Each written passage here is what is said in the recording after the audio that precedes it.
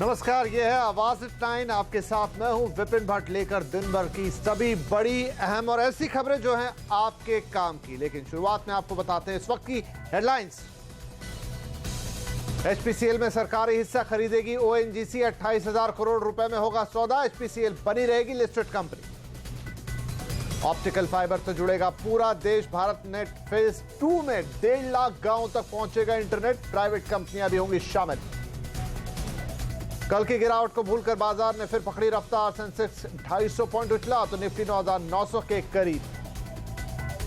Privacy के अधिकार पर सुप्रीम कोर्ट में सुनवाई। सर्वोच्च न्यायालय की टिप्पणी, निजता का अधिकार नहीं देता है कुछ भी करने की इजाजत। अब आपके फोन में ही होगा आपका आधार। सरकार ने लॉन्च किया एम आधार ऐप। खादी को बढ़ावा देने के लिए विदेश में स्टोर खोलेगी सरकार। दूतावासों में लगाई जाएगी प्रदर्शनी।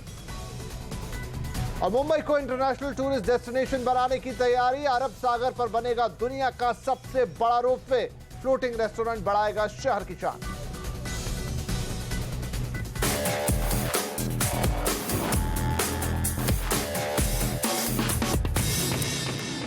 बुलेटिन की शुरुआत करेंगे एक बड़ी खबर के साथ। ओएनजीसी को एचपीसीएल की हिस्सेदारी खरीदने की कैबिनेट से मंजूरी मिल गई है। एचपीसीएल अब ओएनजीसी की सब्सिडियरी बनेगी।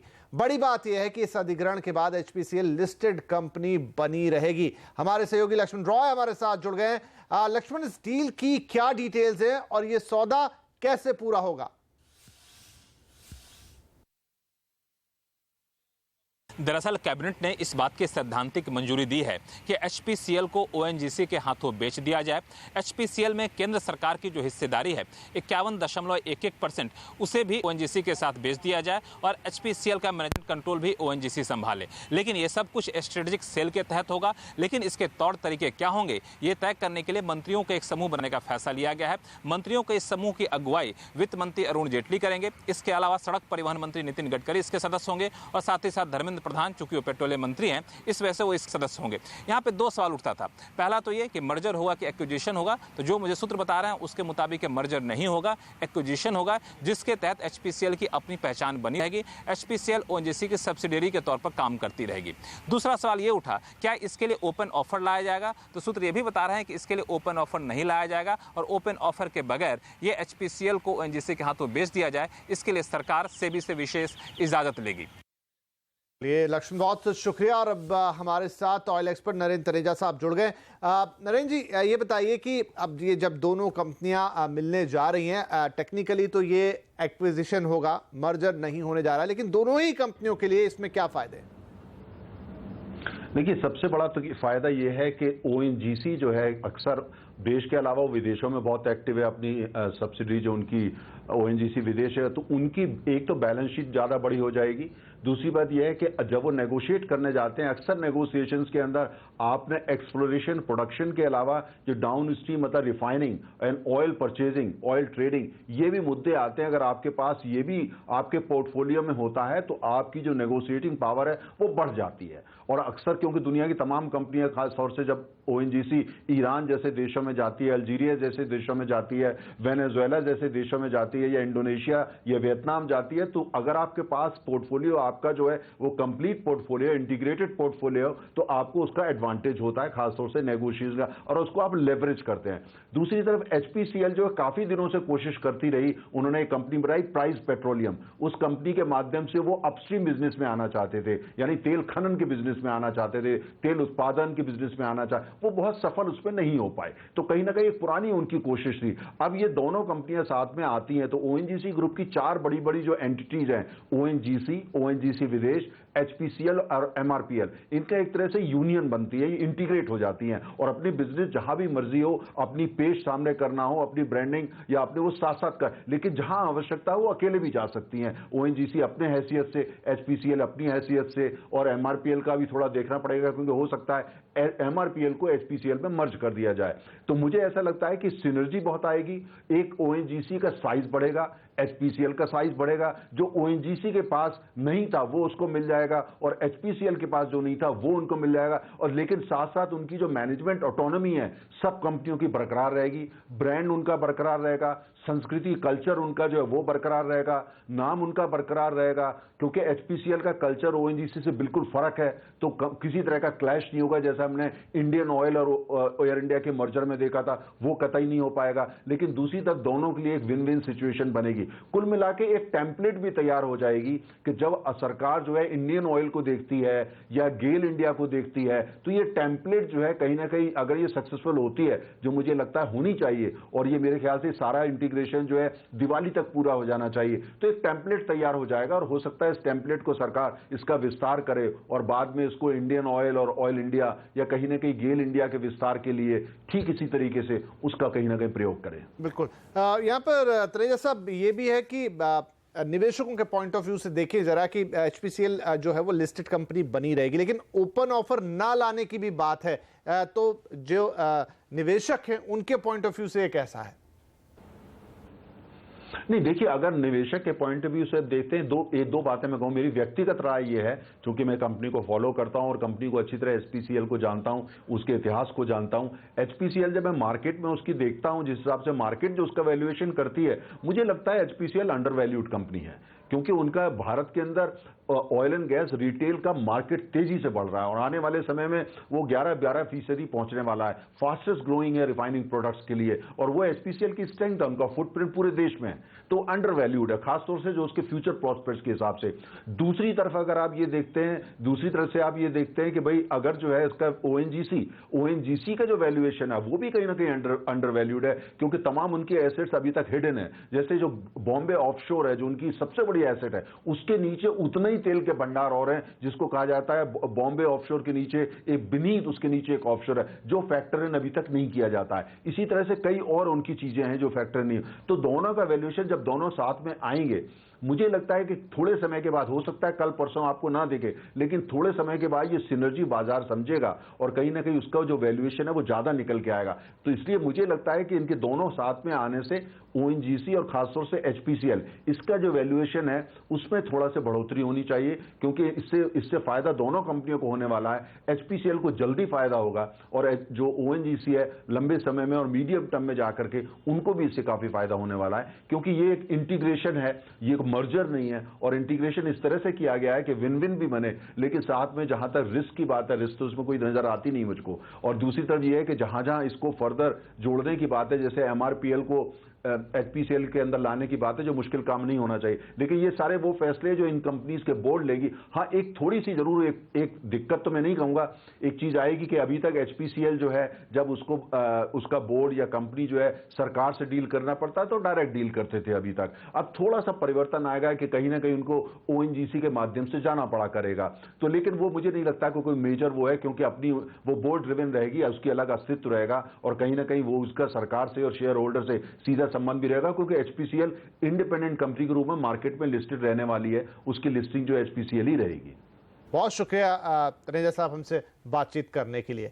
इधर ONGC के चेयरमैन DK सर्राफ का कहना है कि ओपन ऑफर नहीं देने से HPCL के शेयरधारकों को कोई नुकसान नहीं होने वाला है।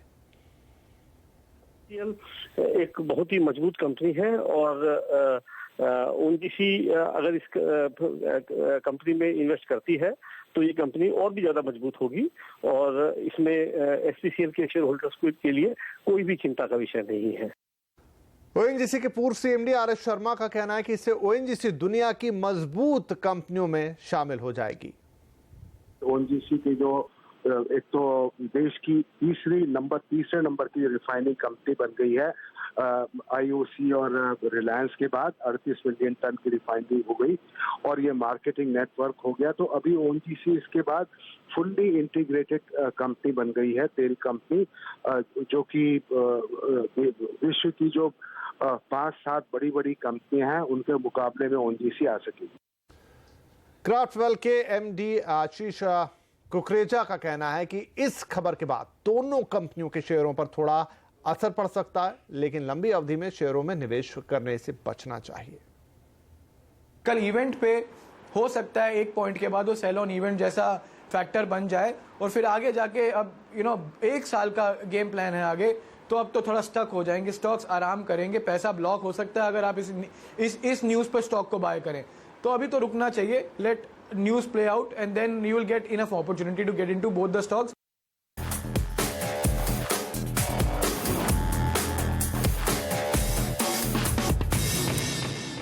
इधर कैबिनेट ने डिजिटल इंडिया को बढ़ावा देने के लिए भी बड़े फैसले किए हैं। भारत नेट फेज 2 में निजी कंपनियों को ऑप्टिकल फाइबर बिछाने का मौका मिलेगा। साथ ही कैबिनेट ने विनिवेश की रफ्तार को बढ़ाने के लिए भी कई अहम बदलाव किए हैं। लक्ष्मण हमारे साथ बने हुए हैं। लक्ष्मण, कैबिनेट ने क्या बड़े बदलाव किए हैं भारत नेट फेज 2 और विनिवेश प्रक्रिया में? इसके अलावा कैबिनेट ने 2 महत्वपूर्ण फैसले लिए हैं। एक विनिवेश के मोर्चे पर ही है, वो ये है कि विनिवेश की प्रक्रिया को और ज़्यादा आसान और छोटी करने का फैसला लिया गया। इसके लिए विनिवेश की एक वैकल्पिक व्यवस्था बनाई गई है, जिसके मुताबिक एक बार कंपनी में विनिवेश का सैद्धांतिक मंजूरी कैबिनेट से मिल जाए तो दोबारा उसे हर स्तर पर कैबिनेट से मंजूरी के लिए ना भेजा जाए प्रस्ताव के। उसके बाद मंत्रियों का एक समूह जो है ये तय करे कि आखिर इसका एक्सप्रेशन ऑफ इंटरेस्ट क्या होगा, इसके बिड करने की जो शर्तें वो क्या होंगी, जो स्ट्रेटेजिक बायर होगा उसकी शर्तें क्या होंगी, ये सब मंत्रियों का समूह तय करे। ये कैबिनेट आज फैसला लिया है। मंत्रियों के समूह की अगुवाई वित्त मंत्री अरुण जेटली करेंगे, सड़क परिवहन मंत्री इसमें शामिल होंगे और जो कंपनी जिस मंत्रालय के तहत आता है उस मंत्रालय का मंत्री इसका सदस्य होगा। इससे माना जा रहा है कि विनिवेश की प्रक्रिया काफी ज्यादा आसान, छोटी और जल्द से जल्द विनिवेश करने में सरकार को मदद मिलेगी। दूसरा महत्वपूर्ण फैसला लिया गया है गांव में इंटरनेट की सुविधा पहुंचाने को लेकर के। इसमें भारत नेट फेज 2 को कैबिनेट ने मंजूरी दी है। फेज 2 में 2 महत्वपूर्ण बातें हैं। पहली बात तो ये कि इसमें करीब 1.5 लाख अतिरिक्त ग्राम पंचायतों में इंटरनेट की सुविधा पहुंचाई जाएगी, ये लक्ष्य रखा गया है।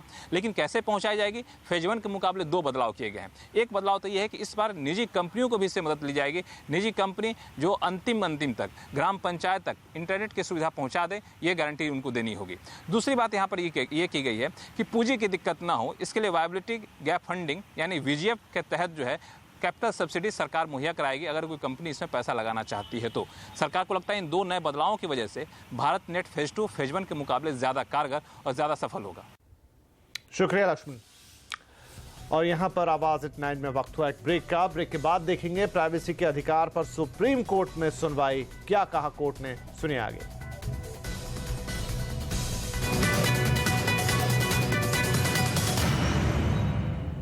अब बात बाजार की करेंगे। कल गिरावट को आज बाजार भूलता हुआ नजर आया। आज जोरदार बाउंस बैक करता हुआ दिखाई दिया। सेंसेक्स करीब 250 पॉइंट से ज्यादा उछला। निफ्टी भी 9,900 के करीब बंद हुआ। बाजार में आज चौतरफा खरीदारी भी देखने को मिली। सभी सेक्टर्स आज हरे निशान पर बंद हुए।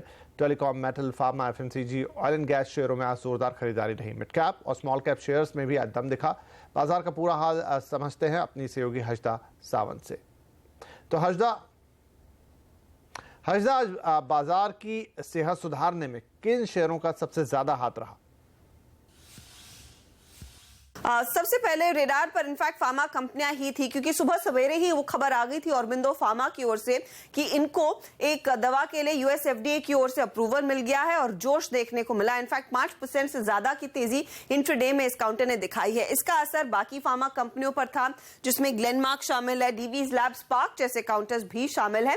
बाजार बंद होते हैं कैडला हेल्थ केयर में भी हमने देखा था US FDA के अप्रूवल से जोश आता हुआ दिखाई दिया। वहीं स्टील कंपनियां देखिए और छोटी कंपनियों में ज्यादा एक्टिविटी बढ़ती हुई दिखाई दी। JSL स्टेनलेस जैसे काउंटर्स से जहां पर तेजी थी। JSPL, Tata metallic, SAIL, Tata steel जैसे काउंटर्स में भी हमने देखा है अच्छी चमक आज बनती दिखाई दी है। लेकिन टेलीकॉम कंपनियों में काफी अरसे बाद जोश देखा गया। Idea, Reliance communication, Bharti Airtel, तीनों ही काउंटर्स जहां पर सबसे ज्यादा एक्शन आइडिया के नाम था। 9% का उछाल इस काउंटर ने कमाया। बैंक पर भी अगर आप ध्यान दें तो यहां पर हमने गौर किया है कि छोटे बैंकों में ज्यादा हरकत देखने को मिली। Dhanlaxmi bank, federal bank, RBL जैसे काउंटर्स, कोटक महिंद्रा बैंक में भी आज हमने देखा नतीजे कल आने वाले उससे पहले ढेर सारी तेजी बनती हुई दिखाई दी। लेकिन रिजल्ट्स के लिहाज से मिड कैप्स का दिन था। मैस्टेक ने काफी दमदार नतीजे पेश किए। मार्जिन ग्रोथ देखने को मिली है, 20% का अपर सर्किट। बजाज फाइनेंस के नंबर्स में भी हमने देखा एक अच्छी ग्रोथ देखने को मिली, करीब 2% का उछाल बनता दिखाई दिया। स्टरलाइट टेक्नोलॉजीज आज की विनिंग आइडिया थी, 9% की तेजी नंबर्स के बल पर। और हेवल्स के नंबर्स में हमने देखा भले ही कुछ सेगमेंट्स थे जहां पर जीएसटी का असर दबाव देखने को मिला, उसके बावजूद 1.5% की तेजी इस काउंटर में बनती दिखाई दी है। और मिड कैप के कुछ और रनअवे मूवर्स पर नजर डाले तो टिनप्लेट आज का हीरो था, करीब 20% का अपर सर्किट यहां पर भी लगता दिखाई दिया। मजेस्को याद रखिए मैस्टिक की सब्सिडरी है, इंश्योरेंस बिजनेस संभालती है, वहां पर 7% का उछाल। Future consumer, Jain irrigation, dish TV जैसे दूसरे काउंटर्स थे जहां पर आज हमने देखा है दमदार तेजी रही। शुक्रिया आष्टा। और अब रुक करेंगे आज की एक और बड़ी खबर का। सुप्रीम कोर्ट जल्दी ही यह फैसला करेगी कि प्राइवेसी या निजता का अधिकार मूल अधिकार है या नहीं। सुप्रीम कोर्ट ने 9 जजों की संवैधानिक बेंच ने आज इसकी सुनवाई की है। सर्वोच्च न्यायालय ने टिप्पणी करते हुए कहा है कि निजता का अधिकार कुछ भी करने की इजाजत नहीं देता है। इधर याचिकाकर्ता की तरफ से सीनियर वकील गोपाल सुब्रमण्यम और पूर्व अटॉर्नी जनरल सोली सोराबजी ने प्राइवेसी के पक्ष में दमदार दलीलें पेश की हैं।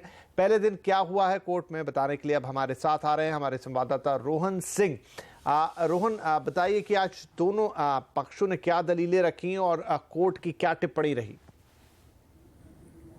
विपिन, आज पूरे दिन याचिकाकर्ताओं की जो दलीलें थी वो सुनी गई और याचिकाकर्ताओं की तरफ से सोली सोराबजी, श्याम दीवान और गोपाल सुब्रमण्यम जैसे बड़े अधिवक्ताओं ने अपनी बात रखी और ये कहा कि जो भारतीय संविधान है भले ही उसमें जो प्राइवेसी का अधिकार है उसके लिए कोई जगह ना दी गई हो, लेकिन इसका मतलब ये नहीं है कि वो वहाँ है नहीं। अगर हम अलग अलग अधिकारों को देखें तो जैसे स्वतंत्रता का जो अधिकार है उसमें ही प्राइवेसी का अधिकार है। और अगर आर्टिकल 14, 19 और 21 देखें, सबको एक साथ मिलाकर देखें तो मौलिक अधिकारों का जो दायरा है वो काफी बढ़ जाता है और जो प्राइवेसी का अधिकार है वो भी वहां पे है। सोली सोराबजी ने यह कहा कि हमें इसे एक बड़े रूप में देखना चाहिए, सिर्फ इसे अलग से नहीं देखना चाहिए। और श्याम दीवान ने कहा कि कोई भी व्यक्ति अगर अपना बायोमेट्रिक, अपनी जो उंगलियों के निशान या आइरिस है वो सरकार के साथ अगर शेयर नहीं करना चाहता तो ये उसका अधिकार होना चाहिए। अगर सरकार उससे जबरदस्ती ये जानकारी लेती है तो ये उसकी स्वतंत्रता का हनन है। सुप्रीम कोर्ट ने कुछ ऑब्जर्वेशन किया, हालांकि ये अंतिम ऑब्जर्वेशन नहीं है।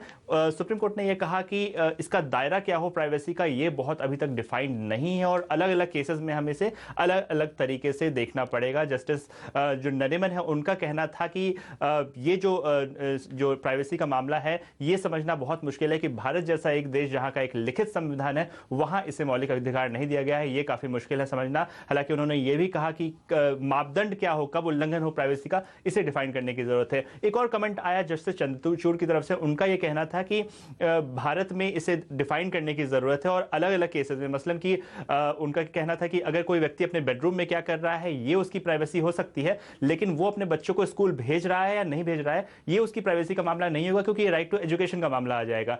तो कल भी दलीलें जारी रहेगी याचिकाकर्ताओं की तरफ से, उसके बाद सरकार अपना पक्ष रखेगी और आखिर में फिर कोर्ट ये फैसला करेगी क्या जो प्राइवेसी है वो मौलिक अधिकार है या नहीं है। जी रोहन, बहुत शुक्रिया। और ये भी दर्शकों को बता दें कि ये जो पूरी बातचीत हो रही है, जो प्राइवेसी के लिए जो पूरी बहस हो रही है, ये इसलिए हो रही है कि आधार से जुड़ा हुआ है पूरा मामला। जैसे रोहन ने भी बताया कि क्या आपको आपके बायोमेट्रिक सरकार को देने चाहिए कि नहीं, और वहीं से मुद्दा उठा है।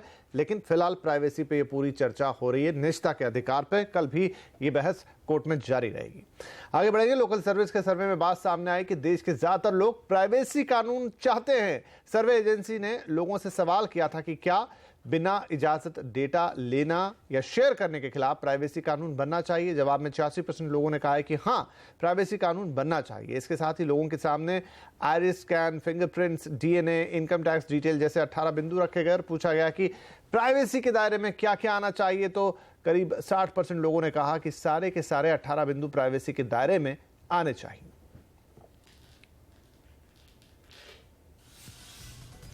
और मुंबई को इंटरनेशनल टूरिस्ट डेस्टिनेशन बनाने की है तैयारी। तो क्या है ये मेगा प्लान, देखिए इस ब्रेक के बाद।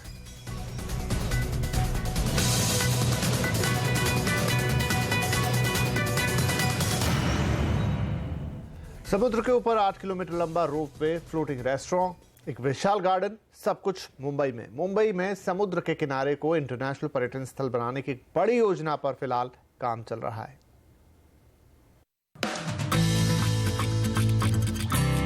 मुंबई में आने वाले ज्यादातर पर्यटक एलिफेंटा गुफाओं की सैर जरूर करते हैं। अभी गेटवे से क्रूज लेकर इस टापू तक पहुंचने में करीब 1 घंटे का वक्त लगता है, लेकिन मुंबई पोर्ट ट्रस्ट की योजना है जल्द ही इस समय को घटाकर 40 मिनट कर दिया जाए। नई योजना के तहत मुंबई के पूर्व तट पर स्थित शिवड़ी से एलिफेंटा तक 8 किलोमीटर एक रोपवे बनाया जाए। इस केबल कार में एक साथ 20 लोग बैठ पाएंगे। ट्रस्ट के मुताबिक इस योजना के लिए 6 बिडर भी आ चुके हैं। जो आज का मरीन ड्राइव है उससे double the size of marine drive होगा। उसमें अम्यूजमेंट पार्क्स होंगे, उसके अंदर पियर्स होंगे, आर्ट एंड म्यूजियम पियर होगा, उसके अंदर मेडिटेशन पियर एक बना रहे हैं, एक म्यूजियम्स के पियर बन रहे हैं। गार्डन जो होगा वो 45 हेक्टेयर्स का अपना ओवल मैदान का 5 गुना बड़ा साइज उसका गार्डन का होगा। तो इस तरह की कई फैसिलिटीज़ इस एरिया में क्रिएट होंगी उस प्लान के हिसाब से। तो वो प्लान अब डिस्कशन में आ रही है। मुंबई में देश विदेश से हर साल लाखों पर्यटक आते हैं। इनकी संख्या और बढ़ाने के लिए मुंबई में कई अम्यूजमेंट पार्क, 45 हेक्टेयर का गार्डन और मरीन ड्राइव को दुगना करने की योजना है। इसके साथ ही एबी सेलेस्टियल नाम की कंपनी को एक फ्लोटिंग रेस्टोरेंट चलाने का काम दिया गया है। इस रेस्टोरेंट में एक साथ 660 मेहमान सैर कर पाएंगे और खाने पीने का मजा ले पाएंगे।